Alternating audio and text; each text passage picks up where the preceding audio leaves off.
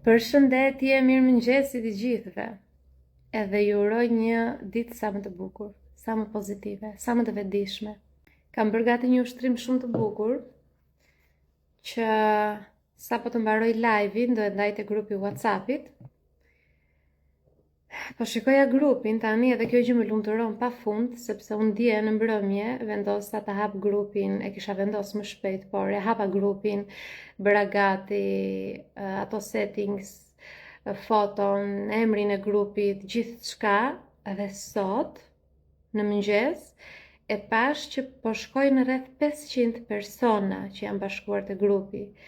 Dhe kjo gjë më jep shumë lumturi.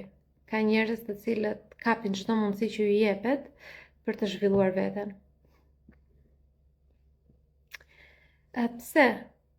Anisa, shumë me lehtë, mjafton të klikosh linkun që është te profili im, në story që unë kam bërë, edhe është shumë kollaj. Shumë me lehtë. Bashkohesh aty te grupi. Mirëmëngjes që të gjithëve. Kam bërë gati pyetjet që do ju përgjigjem, që do ju kthej përgjigje. Pra,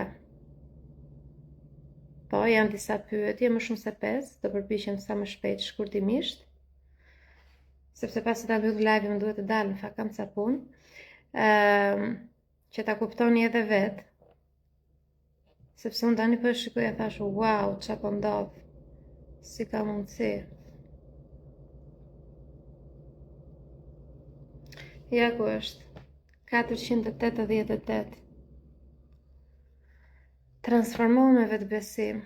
Grupi që u krijua dje, 488 persona, e kanë ndarë mendjen. Është diçka shumë e bukur. Dhe kam bërë gati ushtrimin e ditës që do ndaj te grupi. Jam duke rregulluar disa informacione shumë të vlefshme që kanë të bëjnë me regjimin ushqimor, humbja apo shtim peshe. Disa të tjera që kanë të bëjnë me punën me hijen, me errësirën tonë, me traumat, me bllokimet emocionale, që mund t'i ndaj në formën e një PDF-je ose në formën e një video shpjeguese, kështu që gjithçka te grupi që un kam ndarë në story aty do ndahen. Ndërsa këtu në live kemi punë me shpjegimet. Si jeni sot? Si ndiheni?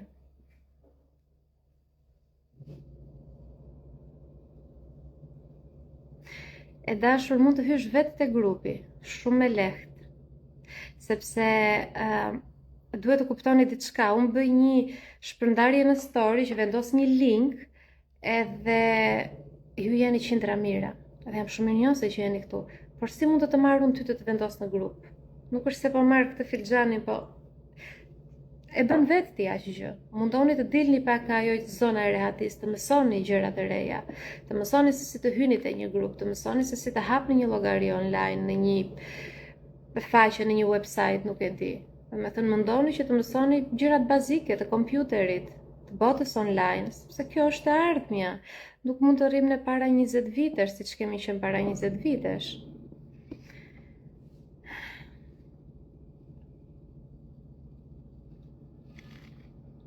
Atëherë, 488 persona që të ndjekin në trajnimet live pa pagesë, sa prej tyre presin në fakt që më ndjekin në trajnimet live pa pagesë, po shkojnë 30.000 dhe janë në YouTube. Janë 30.000 persona dhe janë në YouTube të gjithë. Më ndjekin aty, sepse aty kam trajnime pa pagesë që para 5 vitesh, nuk është hera e parë që unë ofroj pa pagesë. Dhe kjo gjëja pa pagesë nuk më pëlqen, ose ky termi falas, por ja që jemi të detyruar ta specifikojmë me etiketime të tilla që njerëzit ta kuptojnë, shikoj se unë s'dua asgjë në këmbim nga ty. Dua vetëm ti të pastrosh mendjen tënde, programimet e tua. Dua që ta marrësh energjinë që unë të jap ta shpërndash te të paktën 100 persona të tjerë. Shpërndaje, po më dhe mua më shpërnda dhe profilin tim. Patjetër, është minimumi që ti mund të bësh, por dhe po se bëre nuk është fundi botës, të paktën shpërnda buzëqeshje, dashuri, pozitivitet, një afirmim pozitiv, një teknik që të ndihmojë ty. Pra atë të mirën që ne kemi ta përcjellim, jo ta mbajmë me fanatizëm për vete, sepse nuk është ky qëllimi që dashurinë dhe të mirën dhe bekimet ne ti mbajmë për vete, ti shpërndajmë vazhdimisht.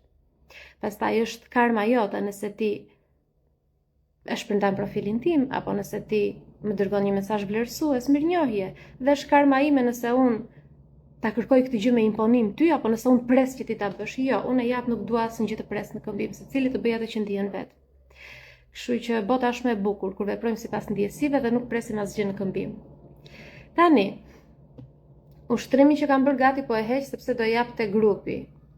Kështu që ushtrimi është gati, do jap në grup sapo të mbyll live-in. Është ushrimi i ditës, reflektimi i ditës që ti do bësh me veten. Dje, kush nga ju e bëri ushtrimin që thash për bindjet, punën me bindjet?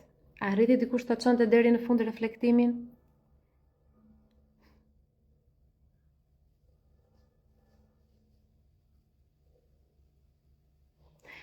Vetëm dikush të më informojë nëse arritët të uleni me qetësi, të bëni atë reflektimin në lidhje me bindjet.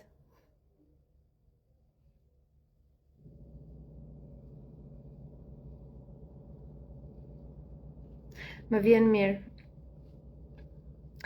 Atëherë, dikush thot Noble Flower, thot unë gjeta më shumë se një bindje, patjetër, por është diçka themelore aty që e ke parasysh kur ne futemi në një shtëpi, është ajo dera kryesore, pra është ajo bindja që paraprin të gjitha ato tjerat që presin aty mbrapa, listën me bindje, me kufizime.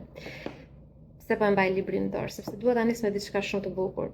Shpjegimin e live-it sot të ditës dua ta nis me diçka shumë të bukur dhe më vjen mirë që shumë nga ju kanë pas mundësi dhe kanë punuar me bindjet e tyre. Shumë e rëndësishme që ti të përballesh me veten. Unë nuk depërtoj dot në mendjen tënde edhe në programimin tënd, edhe nuk arri dot ta shëroj dhimbjen tënde thjesht duke folur, duhet ta bësh ti punën. Unë do doja shumë ta bëja, por ja që këto janë ligjet e natyrës, të universit të Zotit, ligjet e jetës, që unë nuk arrit dot të vi të shëroj ty emocionalisht, fizikisht, mendërisht, nëse nuk e bën ti me veten. Sepse ne si qenie shpirtërore që po jetojmë një eksperiencë njerëzore, kemi free will, të drejtën për të vendosur vetë. E vendosim nëse do punojmë me veten, e vendosim nëse do i bëjmë skip një live-i, një grupi që na ofrohet, një trajnimi që na ofrohet, një mundësie që na ofrohet, një libri që na ofrohet. Pra ne e vendosim vetë, dhe nëse ti e vendos që do punosh me veten dhe e merr këtë energji që unë të jap, që e kam testuar te vetja dhe funksionon, ti e merr dhe punon me veten, bravo, të lumt. Nuk do marrësh ndonjë medalje nga njerëzit ose duar trokitje, mos e prit këtë gjë. Fundja nuk po e bëjmë për këtë gjë. Punoj me veten që medaljen ta marrim kur ne jemi në ato situata të jetës që më përpara nuk i kemi shijuar dot e tani e shijojmë. Medaljen e marrim kur jemi përballë fëmijës dhe më përpara i kemi kaluar atë metodën e prindërimit të prindërve tan, po tani jemi shumë të vetëdijshëm si prindër. Kjo është medalja që ti merr kur punon me veten dhe shëron veten. Kështu që është shumë e rëndësishme të punosh ti. Ti vësh në punë të gjitha çfarë unë shpjegoj. Këto janë vite eksperiencë jete. E di që do t'i ngëlloj pak si ankesë, por nuk është ankesë, e kam kaluar atë fazë. Janë vite trauma, edhe dhimbje emocionale të shtypura, që unë nuk e dija që ishte dhimbje emocionale, deri në momenti që mësova si të punoj me veten. Por mbi të gjitha janë vite studime, para se të hyja live sapo mbylla provimin e radhës, sepse nuk mjaftoj me kaq, dua të di më shumë unë për veten time, nga që po rrit një fëmijë. Dhe në radhë të dytë dua unë të jem e qetë kur ofroj trajnimet, si falas, si me pagesë, aq më tepër me pagesë. Dua të jem shumë e vetëdijshme për atë që unë ofroj, dhe dua të jem e updateuar me ndryshimet që bëhen si në shkencë, por edhe në nivelin tim të vetëdijes, ta vëzhgoj veten vazhdimisht. Kështu që janë vite eksperiencë jete, vite shkollimi dhe studimi që unë i ofroj këtu për ty, nëse do merri. Dhe mbaj mend diçka që mos ti marrësh është shumë e lehtë, ta refuzosh diçka. Është shumë e lehtë, do qëndrosh aty ku ke qenë për shumë gjatë, por që ta marrësh kërkon shumë guxim. Kërkon shumë guxim, po të shpërblet gjithmonë.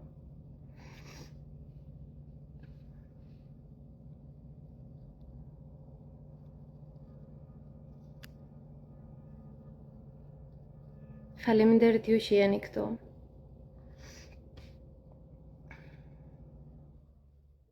Gesta, faleminderit.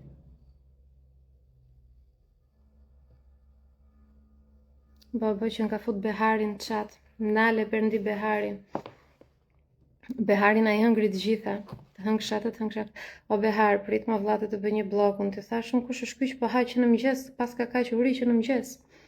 Behar djali, kush të ka dhënë telefon në dorë ty? Behar 8434. Behari uritur i babzitur ma vria. Blog Behar. E kuptoni? Se më baj 200 telefona unë, që të bëj 200 blok një herësh. Ja, del behari që në mëngjes, si babzitur, i uritur, të thashun qa po ha ky? Qa e ka kap uria këtë që në mëngjes, se nësë të hapet oreksi, prit po pim një kafe, pim pak ujë, një detox. I uritur që në mëngjes, robi zotit? Hajde grupi filloj me shpjegimin. Jemi gati?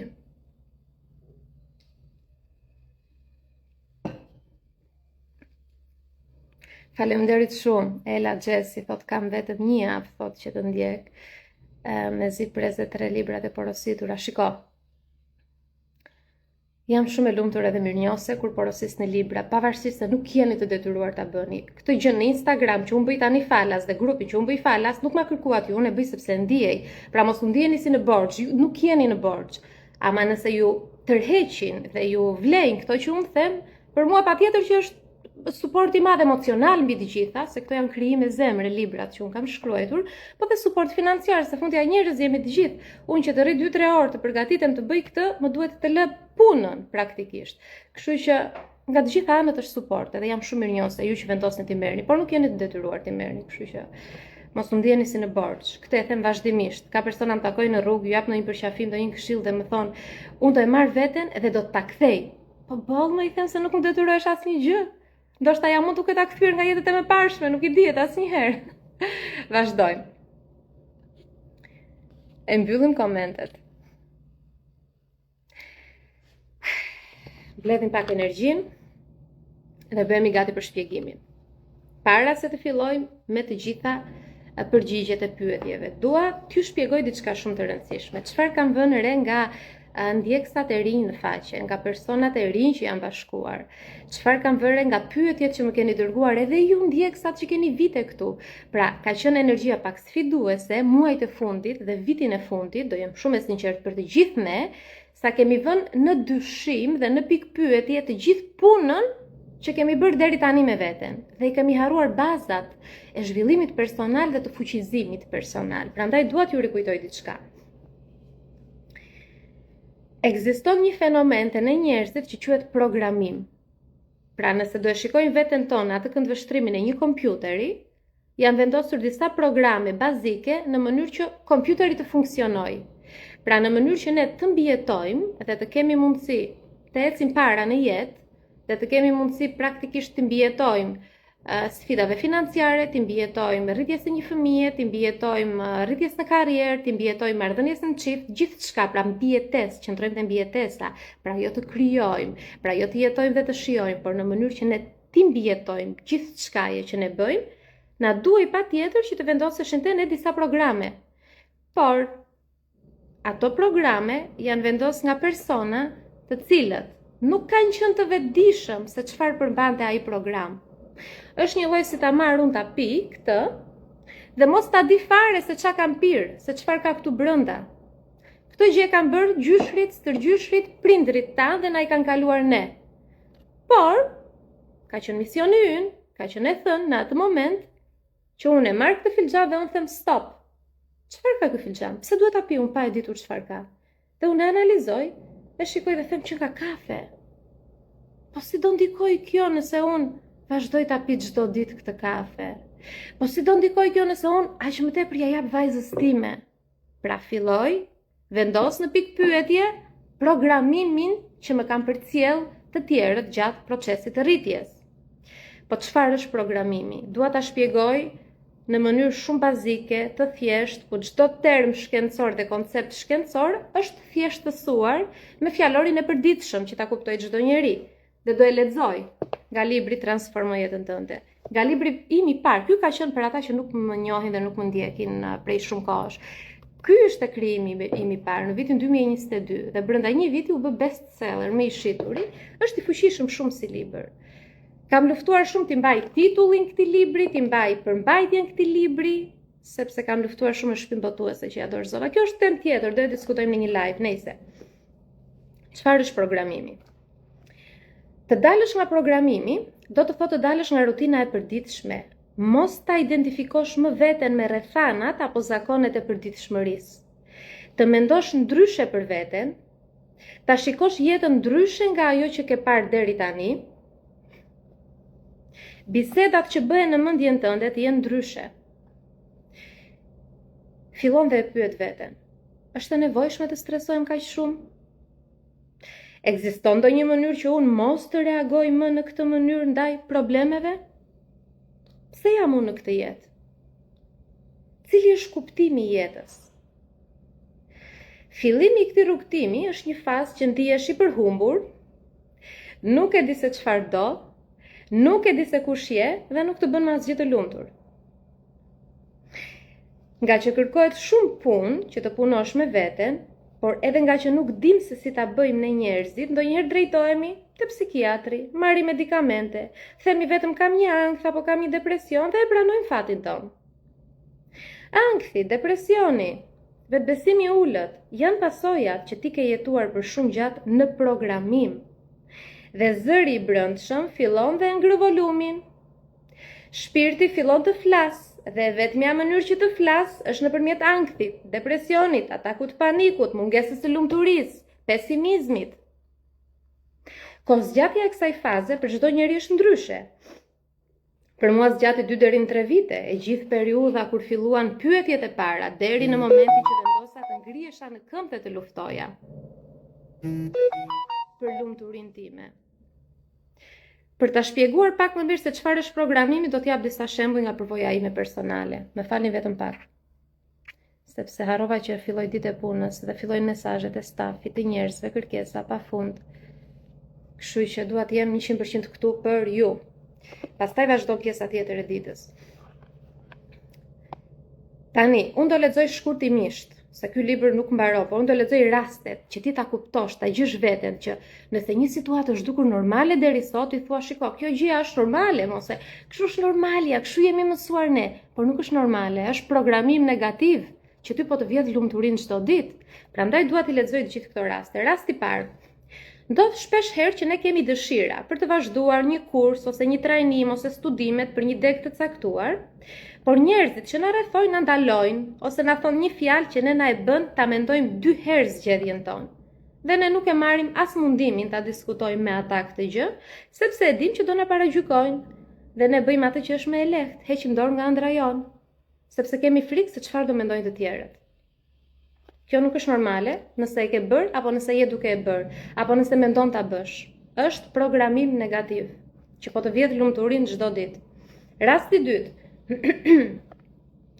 Kishte ditë që unë nuk isha në humor për të takuar njeri dhe doja të rria vetëm, të lexoja një libër ose të shikoja një film ose të meditoja dhe të qetësoja mendjen. Por në atë moment më ka shkruar një shoqe ose një person familjar dhe unë e kam detyruar veten të vishem, të dal, edhe pse nuk doja, vetëm që të kënaqja personin tjetër dhe mos të mendonte keq për mua. Edhe kjo nuk është normale. Ky është një programim ku bazat, kjo është pak më e thellë, ku bazat i ka te mekanizmat e mbijetesës, që në vegjëli. Kur them mekanizmat e mbijetesës, e kam fjalën te frika mos ngelemi vetëm, mos na refuzojnë, dhe nuk dim se si të themi jo dhe themi po çdo njeriu. Këtë e diskutuam dje. Rasti i tretë. Mendimi im në lidhje me një çështje ka qenë ndryshe dhe mendimi i dikujt në bisedë, gjatë bisedës ishte ndryshe. Unë hoqa dorë nga mendimi im, vetëm që të pajtohesha me mendimin e tjetrit, pra ushtira. Isha dakord për diçka që në të vërtetë mendoja ndryshe. Këtu është shtirja, maskimi, kameleoni, sillemi si dikush tjetër, maskojmë veten tonë në mënyrë që të biem dakord me personin, sepse ne mendojmë që reagimet emocionale të dikujt tjetër është përgjegjësia jonë. Pikërisht dhe kjo është fituar në fëmijëri, mekanizëm mbijetese, marrëdhënia bazike, themelore, primare me prindin, me kujdestarin. Pra është një mekanizëm mbijetese. Dhe nuk është normale, është programim që të vjedh çdo ditë nga pak dritën tënde, lumturinë tënde. Rasti i katërt, këtë e kam vuajtur shumë, ma besoni. Shpesh shoqërohesha me njerëz që nuk më jepnin ndjesi pozitive. Por mendoja që duhet i dyroj sepse ata dinë më shumë se unë dhe ndoshta unë e kam gabim. Dhe këtë e kam bërë në të gjitha aspektet, në të gjitha llojet e marrëdhënieve, jo vetëm sociale, marrëdhënie në çift, marrëdhënie familjare. Jam shoqëruar me njerëz toksik, nga frika mos ngelesha vetëm dhe gjithmonë e shikoja veten më inferiore karshi të tjerëve. Rasti 5. kjo është diçka shumë e zakonshme dhe ti do thuash, këtu nuk do biesh dakord me mua, por duro 5 sekonda. Prit 5 sekonda para se ta shtysh këtë gjë, para se ta largosh nga vetja, prit. Mere 5 sekonda, përpunoje, pastaj shtyje. E di që duket sikur s'është normale, se fundja, kjo është jeta normale, do thuash ti, te rasti i 5, por ma besoj që jo është programim. Shpesh herë, nuk e ndjeja të dilja për ditëlindjen time, apo të bëja dhurata njerëzve kur kishit ditëlindjen. Por e bëja sepse duhet t'u ktheja borxhin, sepse kështu vepronin të gjithë. Të jesh në programim do të thotë të veprosh sipas një standardi apo në bazë të bindjeve që të tjerët kanë trashëguar. Kur ne lindim jemi të pastër, jemi bosh, si një libër me faqe të bardha, ku ne do i mbushim gjatë jetës. 7 vitet e para të jetës janë shumë të rëndësishme, sepse fëmia është në valët e trurit që përthith çdo informacion si sfungjer. Dhe këto 7 faqet e para të librit, ne na i shkruajnë të tjerët. Me pak fjalë, personi që ti je tani, frikrat që ti ke, pasigurit që ti ke, gjërat që ty të bllokojnë, që çdo ditë ndihen një pengesë në brendësinë tënde, nuk je ti. Janë këto 7 faqet e para që i shkruajnë në të tjerët për ty. Ja reflekto pak me veten.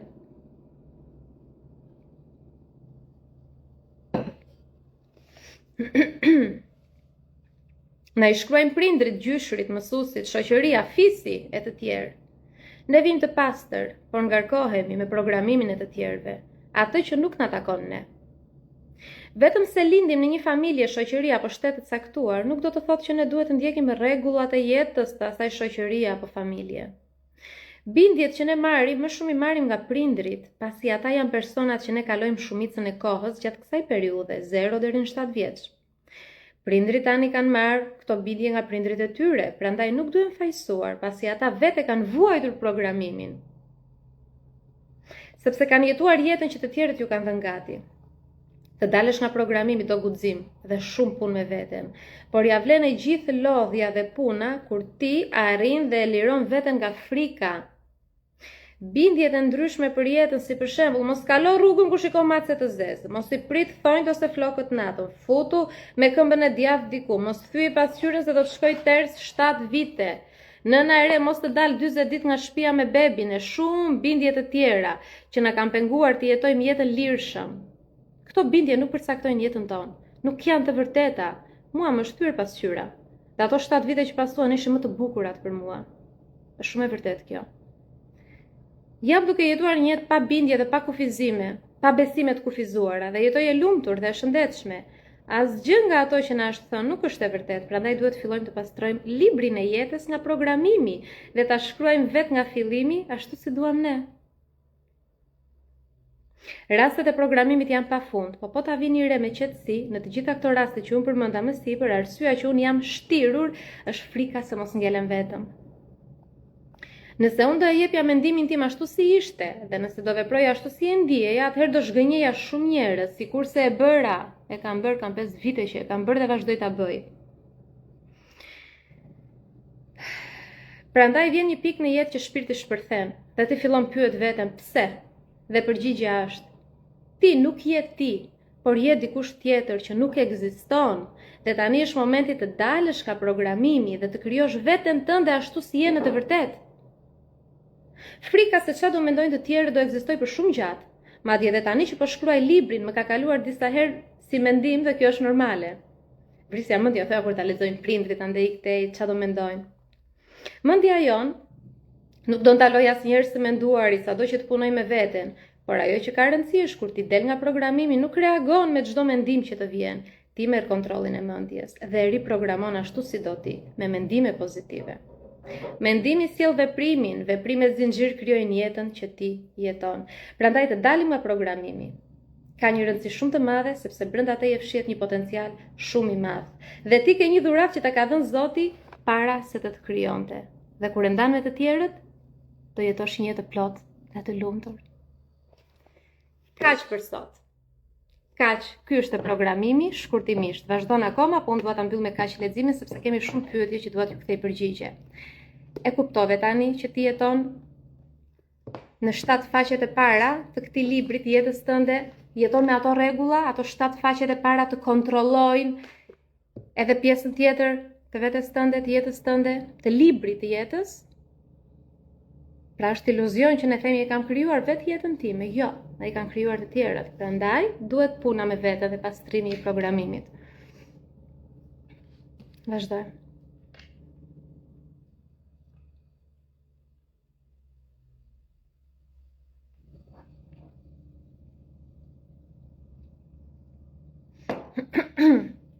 Përshëndetje Jona, si je? Në punën ku punoj ndihem shumë e lodhur dhe kjo lodhje është shkëputur. Momenti që ne ndihemi të lodhur, ndihemi pa dëshirë, ndihemi jo të motivuar.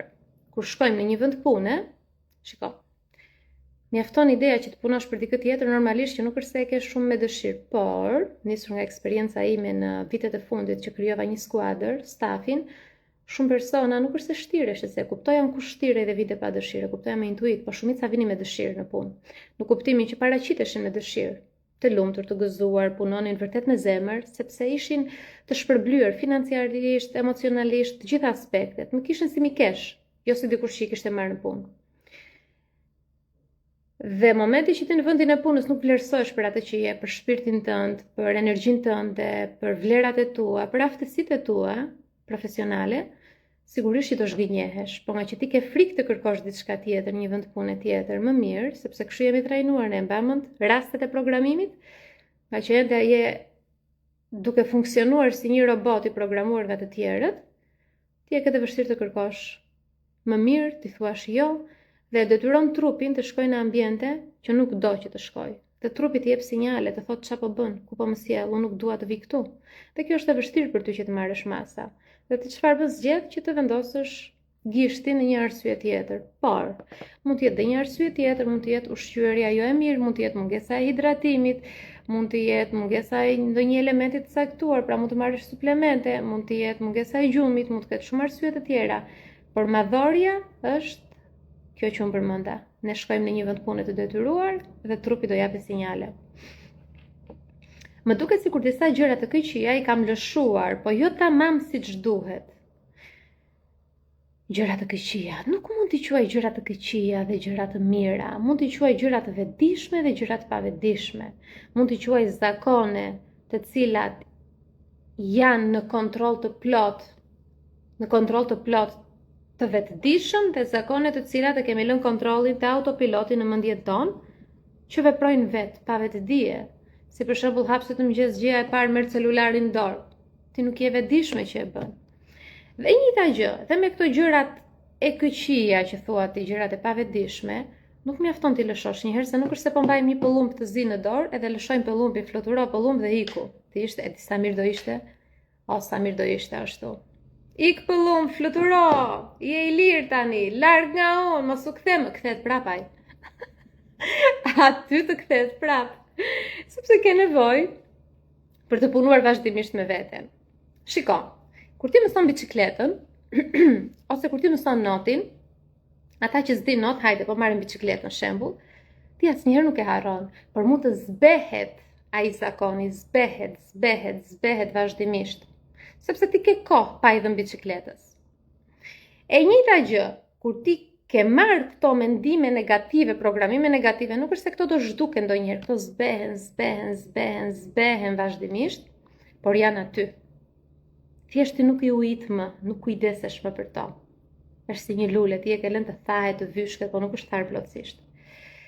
Dhe nga zakonet e tua të përditshme, veprimet që ke bërë, njerëzit që e shoqëruar, pa e kuptuar ti, i ke uitur ato programime të vjetra dhe ato zakone të vjetra. Edhe nëse kalon 10 vite pa i dhënë biçikletës, momenti që ti merr një biçikletë, kujtohesh se si është. Ja, mund të rrëzohesh një herë, çosh prap, kujtohesh se si është, derisa vazhdon e mban atë ekuilibrin. Ose me notin. Duket sikur do mbytesh, thua e kam harruar, pastaj tak të nxjerruj vetëm në sipërfaqe. Kështu që këto gjërat e këqija, gjërat e pavetëdijshme, gjërat negative që ne kemi në subkonsciencën tonë, në mendjen tonë të pavetëdijshme, që është pjesa kryesore, kaq është pjesa në sipërfaqe e vetëdijshme, pjesa kryesore është e pavetëdijshme. Dhe të gjitha këto ti duhet të përsëritësh vazhdimisht të kundërtën e kësaj. Zakonet pozitive, gjërat që t'i japin ndjesi më të mira.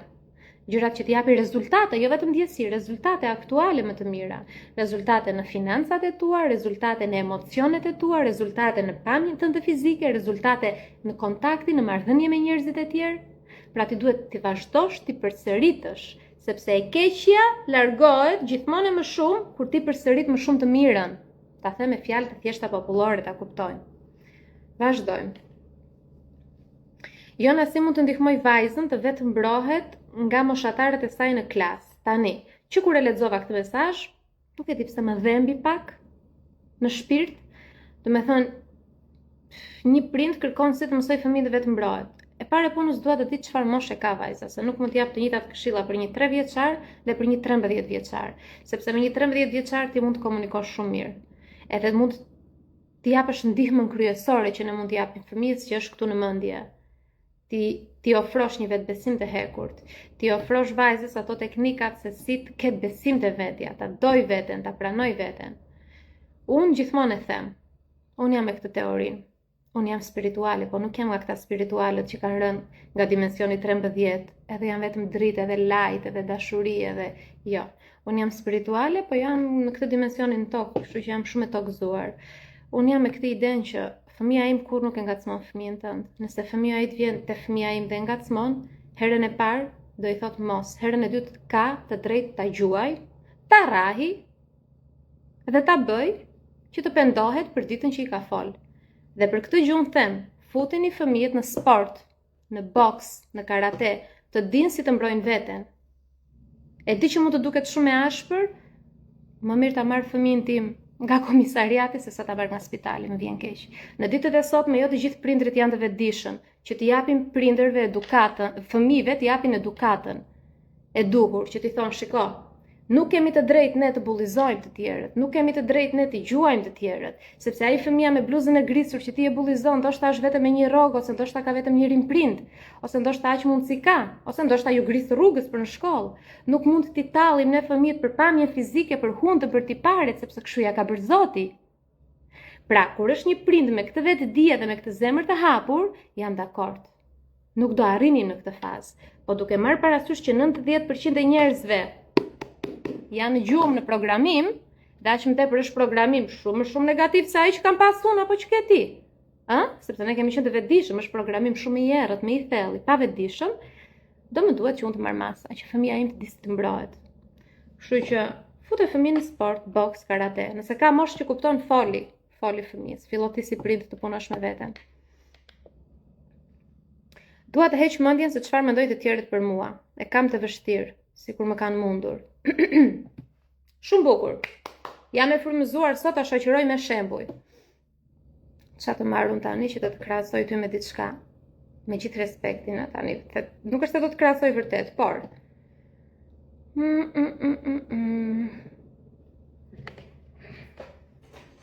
si gjeta një lodër të vajzës. Ti e kjo gjëja këtu. Marr shembull. E di sa shëmtuar je? Kjo e kuqja këtu mua më shpif. Po çfarë forme është kjo që keti kështu pa kuptim? Çfarë forme është? Po këtu shiko si e bër zhulje, e bër pis. Po këtu të kaluar panorami gjalp, sa e shëmtuar që je. Kjo je ti, dhe unë sapo të thash fjalë urrejtje. Ti thash me fjalë dhe mendoj urrejtje për ty.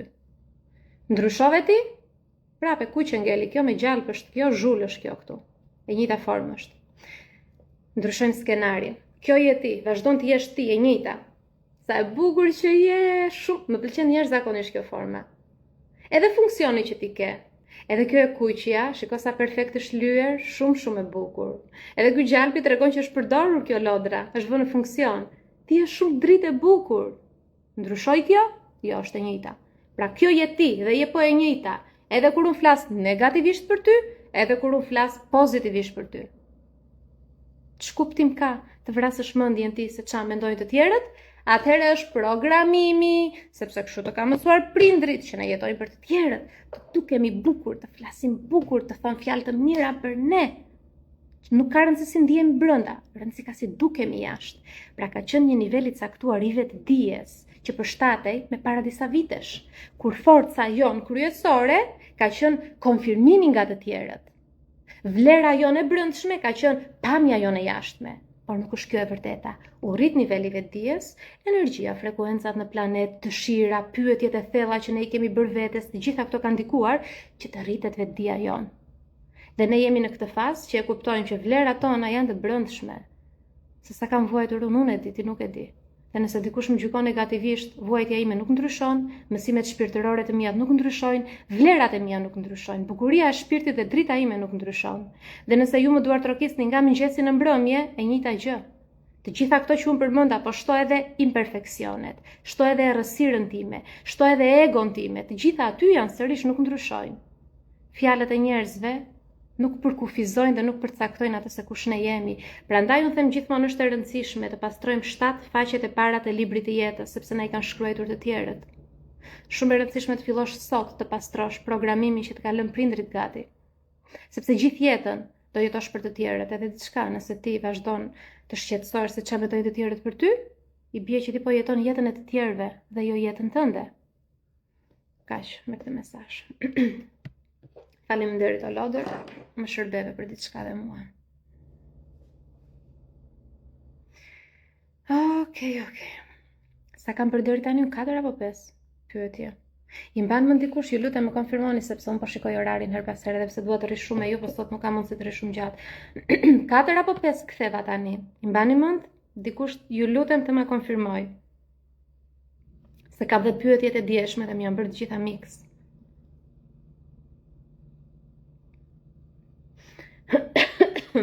Dikush thot, ku mund ta gjej librin që ke me dorë, por jo për këtë, se ky mesazh është marrë para 2 ditësh. Kam pas librin e verdh, manuali mendimit pozitiv në një video. A lexova 4, okay, do e lexoj edhe 1 të 5. Të gjithë librat e mi, për ata që pyesin, interesohen, duan, janë kureshtar, kur them të gjithë, secilin nga ata, ti mund të marrësh këtë duash ti. Secilin nga librat, madje di çfarë, për ju që do i merrni gjatë live-it, çfarë do lloj libri të merrni, postën nuk do e paguani sot. Posta është e kam unë. Për ju që jeni këtu live, gjithsesi, mund t'i porosisni te Instagrami im, te Instagrami libraris, te WhatsAppi, çka kam bërë një sistem të bukur unë në Instagram. T'ua tregoj pak, që ta kuptoni çka kam bërë ditët e fundit. Para 2 ditësh e bëra.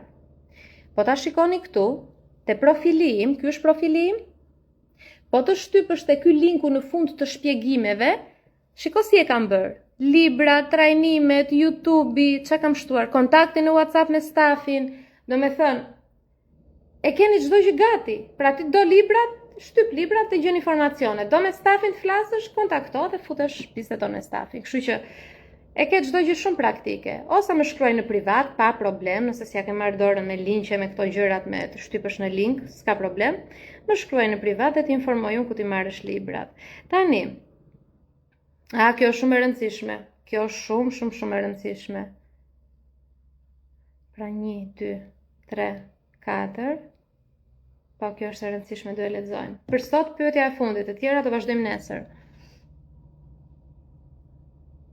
Faleminderit jashtëzakonisht shumë të gjithë për të gjitha këto vlerësime, do me thënë 4, vazhdojmë të 5-ën. Për të gjitha vlerësimet që po më shkruani për librat, që i keni porositur librat, por mbi të gjitha, nuk është çështja te libri më jo. Sepse këtë po diskutoja dje me Edin, i thash më vjen shumë keq që kam disa muaj që i kam lënë në hije komplet krijimet e mia. Dhe bëra një retrospektiv të gjithë mënyrës se si i kam krijuar, i kam shkruar, dhe më kujtua sakrifica që kam bërë, jo vetëm unë, po i gjithë stafi. Ka qenë asistentja ime atë kohë e cila nuk është më pjesë e skuadrës, që shkruante pa pushim, ndërkohë që unë i jepja ushtrime, teknikat shkencore, kujtoja pjesë nga jeta ime, nga rrugtimi im, dhe ajo shkruante si robot, si robot, dhe isha vetëm me cejake në zyrë, pra bëja rrugë, mund ta bëja 4 orë në ditë atë gjë, brenda zyrës, sepse vetëm ashtu ishte ajo krijimtaria dhe ishte fokusi aty. Sidomos te manualet, 2 manualet është bërë shumë punë e madhe. Dhe më kujtua dje, thash, po gjithë kjo punë që është bërë, po gjithë kjo dashuri që është vendosur, për gjithë kjo eksperiencë jete, pse i mbaju në hije këta libra? Për çfarë arsye? Edhe më erdhi pak keq të them të drejtën, kështu që jam shumë mirënjohëse që i merrni, po jam dhe e lumtur se do kënaqeni shumë. Ka shumë energji të lartë, ka eksperiencë jete, ka pak shkencë, ka teknika, ka gjëra praktike më funksionale. Unë dua që gjërat që unë bëj të jenë praktike, ti marrësh ti vësh në punë, jo ti lësh aty kot, me pak fjalë të bëjnë punë. Kështu që vazhdojmë. O, sa e bukur!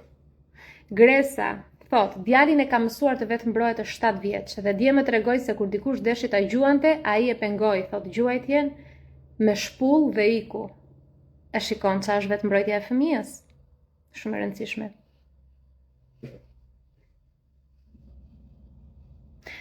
Atëhere, 10-10, o Lira, po ti e dritë. Dikush thot, unë kam bërë seansa me dy psikolog, plus dhe meditime nga mentorë në për programe dhe asnjë rezultat, plus dhe libra kam blerë po s'më bëjnë efekt, sepse ke qenë të njerëzit e gabuar, sepse nuk ka qenë momenti yt, dhe sepse ke marrë energjinë që nuk përshtatej me ty. Edhe kjo është gjëja që mua më vjen më shumë keq, të them të drejtën, sepse më kanë ardhur njerëz që thonë nuk funksionon zhvillimi personal për mua. Po si mund ta dish ti që nuk funksionon? Dikush thotë nuk e shroj dot anktin, unë do dorëzojmë te medikamentet. Po pse? Se dy psikolog nuk ishin empatik mjaftueshëm dhe profesional mjaftueshëm të ndihmonin? Absolutisht jo. Mos hiq dorë ti nga e drejta jote për ta bërë veten të lumtur, dhe mos prit nga mentor, nga njerëz, nga libra. Ai zjarri që do të nxjerrë nga errësira do ndizet në zemrën tënde dhe vendimi do lindi në mendjen tënde. Kur ti e vendos, lëviz malet nga vendi. Kështu që mos hiq dorë, nuk jam as pak dakord. Çdo gjë funksionon kur është momenti i duhur me njeriu e duhur, sepse duhet energjia e duhur. Okej. Valentina thotë unë prandaj kam çuar vajzat në karate. Ju lutem, dhurata, sepse po bëni pyetje, dhurata se ta motivojnë veten. Do lë një ask prap ose do si mund t'i marr pyetjet tuaja, sepse te grupi vetëm unë mund të dërgoj. Do lë një ask tjetër sot që çdo ditë të marr pyetje të nesërmen t'ju përgjigjem. Po dua të bëj këtë shpjegimin e kësaj që kam tani sepse është shumë e rëndësishme. Do të thënë, ku e lash? Dhurata mbaje mend, bëje copy paste komentin edhe ruaje diku te celulari që të ma dërgosh te asku që do bëj më vonë. Pra, dikush thot, pse ndjej që dhe pse jam në gjumë, mendja ime është duke punuar me mendime tepër intensive? Pse ndodh kjo? Kjo ndryshe quhet aktivizimi i sistemit nervor simpatik. Termini ka simpatik, po nuk është aq simpatik, sepse kur ky sistem nervor aktivizohet dhe kur ne jemi në këtë gjendjen që ky sistem nervor dominon në trupin ton, ne jemi në mbijetesë. Duhet të vrapojmë, sepse diçka po na kap, duhet të mbijetojmë, sepse rrezikojmë jetën, kur në të vërtetë nuk ka asnjë rrezik potencial. Në raste të tilla, kur ti je në gjumë dhe truri nuk pushon asnjëherë, është edhe një tregues që hormoni i stresit, kortizoli, është në nivele shumë të larta. Në 2024, nga korriku, gushti dhe deri para 6 muajsh, unë kam qenë kështu non-stop. Para 6 muajsh e mora disi kontrollin, deri tani që jam në top form, bëra paqe me veten, bëra paqe me çdo diagnozë, bëra paqe me realitetin tim dhe u ktheva në fuqinë time. Patjetër që pasi je për më shumë se një vit në gjendje mbijetese, të duhet pak kohë që trupi të rikuperohet edhe mendja të rikuperohet, prandaj duhet ta suportosh me suplemente që ndikojnë drejt për drejt në sistemin nervor, me një ushqyerje të shëndetshme, larg njerëzve, bisedave të lodhshme, edhe sa më shumë qetësi. Jepi pushim trupit dhe sa më shumë fitness, po një lloj fitnessi që nuk të jep ankth. Mua për shembull të bëj kardio, të bëj vrap më jep shumë ankth. Dua të bëj ecje të gjata të ngadalta, dua të bëj stërvitje me pesha, dua të bëj kërcim, gjërat që të japin ndjesi pozitive. Që ta aktivizosh sistemin nervor parasimpatik, që të ndihesh e sigurt, e qetë në trupin tënd, që gjatë gjumit trupi dhe mendja vërtet të pushojnë. Është shumë e rëndësishme të ndryshosh zakonet e tua. Çfarë biseda bën ose mbi të gjitha? Personi që ke në krah jep stres, se kjo është shumë e rëndësishme që duhet ta diskutojmë. Mos ndoshta është një situatë aktuale në jetën tënde që ka ndikuar që të rritet niveli i stresit, pyet e veten. Për arsyen e di vetëm ti. Por këto këshilla që unë të dhash të ndihmojnë shumë. Megjithatë, te manuali menaxhimit të ankthit, aty e kam shpjeguar si të kalojmë nga sistemi nervor simpatik te sistemi nervor parasimpatik, nga mbijetesa në gjendjen e qetësisë, të krijimit që ne rrjedhim me jetën. Është një libër edhe pse ka titullin Manuali menaxhimit të ankthit, në fakt është i vlefshëm për shumë gjëra, edhe për ata që kanë kaluar trauma në të shkuarën. Edhe për ata të cilët nuk menaxhojnë dot stresin bazë të ditës, nuk dinë se si ta menaxhojnë. Kështu që mundeni të punoni me atë libër, por është manual, nuk lexohet edhe ta mbyllësh të thuash pres tani magjin. Është manual, duhet të punosh me të. Kaq për momentin me pyetjet, po i hap komentet që të shkëmbejmë pak dashuri edhe pak dritë bashk.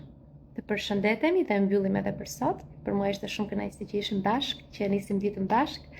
Tani do iki të mbaroj disa detyrime shpejt dhe do postoj ushtrimin te grupi WhatsAppit. Futuni te grupi, të përpiqem mos ndoshta e fut pak linkun këtu në live. Ja një sekond të bëj një tentativ, sepse kam përshtypjen se e bëj. Kam përshtypjen se po. Prisni vetëm pak se ndoshta e bëj gati. Shpresoj mos të më iki live-i. Ikën live-i thoni, po ta hapun këtë? Apo mos më ikën live-i? Lëre më mirë. Do e gjeni në story. E gjeni në story, do e postoj prap. Që mos të më iki live-i kështu, ta mbyllim tamam si njerëz, mos ta mbyllim me emergjencë. Okej.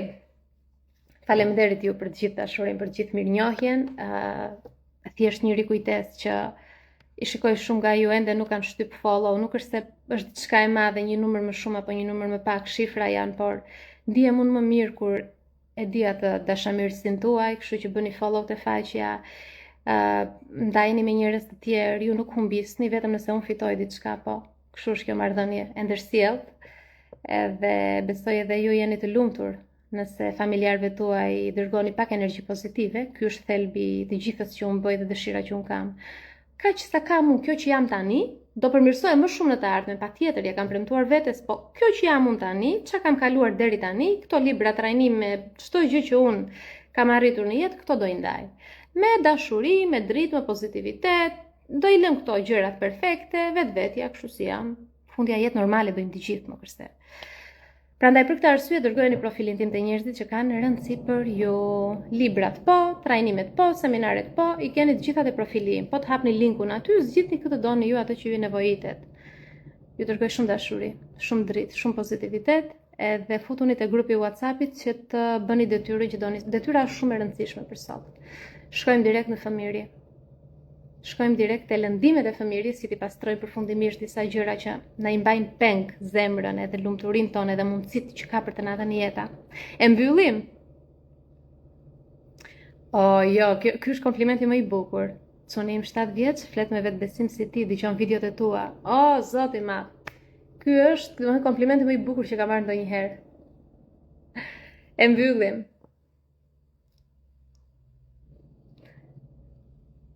E Diana thot, nga pëllumbi që përmende, më kujtua pëllumbi që tha që rritet e dera ime, thot e dera e shtëpisë. Janë sinjale këto. Edhe këtu e përmenda edhe unë, kështu që pëllumb të dera, pëllumb të jona, ka ardhur momenti të zgjohesh, të punosh me programimin. Kalofshi sa më mirë. Do bëj një ask në story, më dërgoni pyetjet, mos hezitoni çfarë do lloj pyetje. Edhe mbi të gjitha bashkohet e grupi për të bërë detyrën, do bëj edhe disa PDF dokumenta të rëndësishme që t'i ndaj në grup, t'i merrni, t'i lexoni, t'i studioni. Ka ardhur momenti të zgjohemi. Ka ardhur momenti që drita të shpërndahet fuqishëm. Ka ardhur momenti të besojmë te vetja dhe me shumë dashuri ta shpërndajmë dritën tonë te të tjerët. Ka ardhur momenti të besojmë te fuqia e gjithë secilit. Ka ardhur momenti të jetë më shumë paqe në ekzistencën këtu në tokë. Ka ardhur momenti mjaft më. Drita ka fituar në çdo dimension, drita do fitoj edhe këtu. Ti je dashuri e pastër, ti je shpirt i bukur, edhe ti meriton gjithë të mirat e kësaj bote. Thjesht sepse ekziston, pa arsye, i meriton sepse ekziston, nuk ka asnjë arsye pse i meriton. Për faktin që frymon dhe je gjallë, meriton çdo bekim. E mbyllim me kaq? Shihemi nesër. Kalofshi sa më mirë.